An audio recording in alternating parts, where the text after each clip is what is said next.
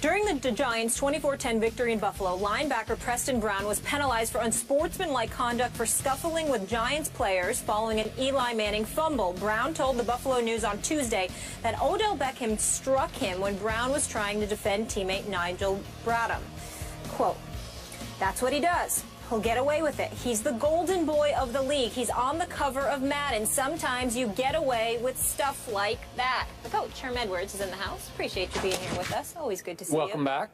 It's Odell Beckham Jr.? Yes. You're wide receiver, right? Yes. ODB. Okay. Skip. Wait, you got a problem with this? Football must have changed or something. Yeah, it's changed a lot. So the DB should have retaliated against him? Oh, yeah. Legally, too. Yeah, okay. You can do it legally. Well, you can. Yeah. And I think some have been trying this year. All right. What do you make of this whole situation? Thank you. Little perspective here. Yeah. This is just 2 cents worth of my thoughts on this from a distance. I think this young man has entered a little bit of a danger zone early in his NFL career. He's had maybe borderline too much too soon given to him. Obviously, as was just pointed out, cover Madden, number of national TV commercials already.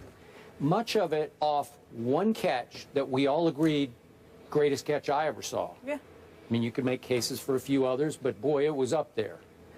And it came in a home game on Monday Night Football, the biggest stage in the sport, in which his team lost to my Dallas Cowboys, just for the perspective of this. But all anybody wanted to talk about the next day was that catch. And it rocket launched him in the city of New York. And you know, you've coached there. Yep. Boy, there's no better. It's the media capital of the world. There's no greater place to pull off that kind of play at that kind of moment than that city. And he capitalized in the offseason as he should have. But there's a lot of jealousy and resentment out there that he has generated. And one thing did catch my ear last year, and I hope Ryan Clark doesn't mind me bringing this up, but Ryan Clark played against him, obviously, I think only one time last year, if memory serves, because I think he was hurt the other game. Ryan obviously playing for the Redskins. Yeah. Remember, Ryan went to LSU, and this is his LSU brother, Odell Beckham Jr. He loves Odell Beckham Jr., but he was a little surprised because he said Odell on the field just talks trash like crazy, like he's really just spewing trash the whole game. It appears to me it's the way he fuels himself, is to talk. But you're going to pay some price because they're not only going to talk back, but they're going to go back at you a little harder and a little harder. And there have been several incidents already this year in which he said the DBs are coming at him, maybe a little late, maybe a little too much, maybe a little over the edge. Well, it's who you are and the stage that you now find yourself on. So I'm just throwing my 2 cents out there. I'm not surprised by this, and I don't think we've heard the end of this because he's a young man with huge acclaim, huge future, and a whole lot of people are saying, hold the phone here just a second. Let's check him out a little bit. Go ahead. Well, I agree with you. Humility is something that we have to understand we need to have, regardless of how successful you are, because there's a lot of things that go on that help you have the success. And I think he's going to learn that. He's a young player, New York, obviously, big stage, fabulous football player. Oh, yeah. Little sample size so far. Yeah. But I think as this thing continues to go, defensively, when you hear things like this, the opponent, and obviously early in the season, you had saw some things where defenses were kind of getting after him a little bit, and he was kind of chirping back, say they're holding me, they're grabbing me. So he's found a way maybe to go back at them now. So I think at the end, you realize this, when you're a defensive player, you don't play with the ball. You don't play with the ball. So, you know, there's ways you can go about doing your business and settle this all down. And I think defensively, hey, you'll look at this and go, okay, we're playing them. This is how we're going to go about doing it, and we'll see where this thing goes. He is a fabulous player, but we'll see. We'll see going into this rest of the season and how this thing unfolds for him.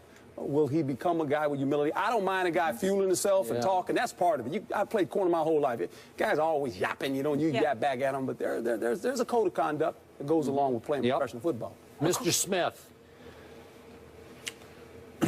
Well, I hear where both of y'all are coming from. I don't disagree with any points either of you made. They're accurate, but I think they're incomplete. And the reason I say that is because if you're any member of the Buffalo Bills or anybody else in the NFL, you should appreciate what you're seeing. And I'm not just talking about the talents of an Odell Beckham Jr. Coach, what I would surmise to you is, I think it's fantastic for the league. Skip, I'll also ask you to think about this. Why do you think you see players talking smack, celebrating in the end zone, trying to get the attention, fellas? It's because the NFL is very adroit at marketing its three-letter brand, but ignoring almost everyone else. Sure, the Tom Brady's of the world, the Peyton Mannings of the world, the Aaron Rodgers of the world will get the endorsement deals. And sure, you'll utilize these players to promote stuff for the NFL Network and for Direct TV and stuff like that. But when you see a particular player, he's young, he's brash, he's black, got a blonde hairdo for crying out loud, which ain't my style, let me be very, very clear. Nevertheless, the stuff is still flocking in his direction. And what that says to me is that we're embracing everything. Certainly, Coach is right. There is a code of conduct that should always be exercised. There is definitely decorum that should always be employed. And I don't care what you're doing in life, some sense of humility must always accompany every single thing that you do. But I do believe it's also important to recognize that we don't need to diminish the skill set that guys engage in when it comes to marketing themselves. Odell Beckham Jr. isn't just a guy who's successful because he made one spectacular catch. He's a guy that all around can flat out ball and never hesitates to remind you that he can ball. Then he goes out on the field, and for the most part, because against Buffalo he was held to just 5 catches for 38 yards and no touchdowns. But he goes out there for the most part and reminds you of his potential greatness. So what he's done is he's taken his play and he's attached a personality to it, and it might be ruffling some feathers and rubbing people the wrong way. But in the end, it's not just what he's doing that's rubbing them the wrong way. It's the fact that he's getting noticed for it and marketed because of it. And as a result, instead of hating him for it or hating on him for it, I'm talking about the Bills here, instead of hating on him about it, appreciate it, learn from it, and learn how to capitalize on it for yourself. Because all of those things not just assist in elevating the brand, which is already #1, but it's showing and showcasing that there's room for other players to get in the mix from a marketing perspective who don't look like Tom Brady and Peyton Manning and Aaron Rodgers. I like what you just said. I appreciate it. And that did open my eyes to one thing that just occurred to me. And just a quick point, I'll let you speak. But I have nothing but respect for Peyton Manning. But Stephen A., to your point, there are some nights I'm watching my TV, different games, and I feel like every commercial has Peyton Manning in it. No disrespect to him, but it's like every commercial is another Peyton commercial. After a while, you say, wow. Nationwide is on your side. Yeah.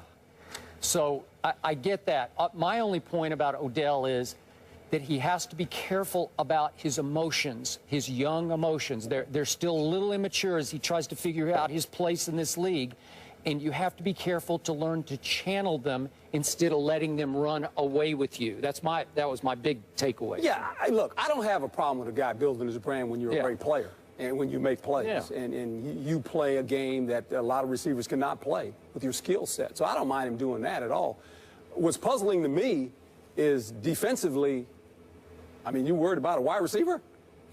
I mean, to me, that's puzzling. I mean, I don't get that. I really don't. I mean, well, I didn't take it that he was worried, Coach. He held him to 5 receptions for just 38 yards. He spoke after the game, not before it. I don't think he was worried. I think that the brashness and the attitude turned him off, and he spoke on it. That's what I got from it. Okay, yeah, and maybe that's correct, Stephen A., but as a defensive player, I mean, when you start giving an offensive player credit for saying, well, he hit me and he's not getting called for it, We can settle that. You're right. Settled.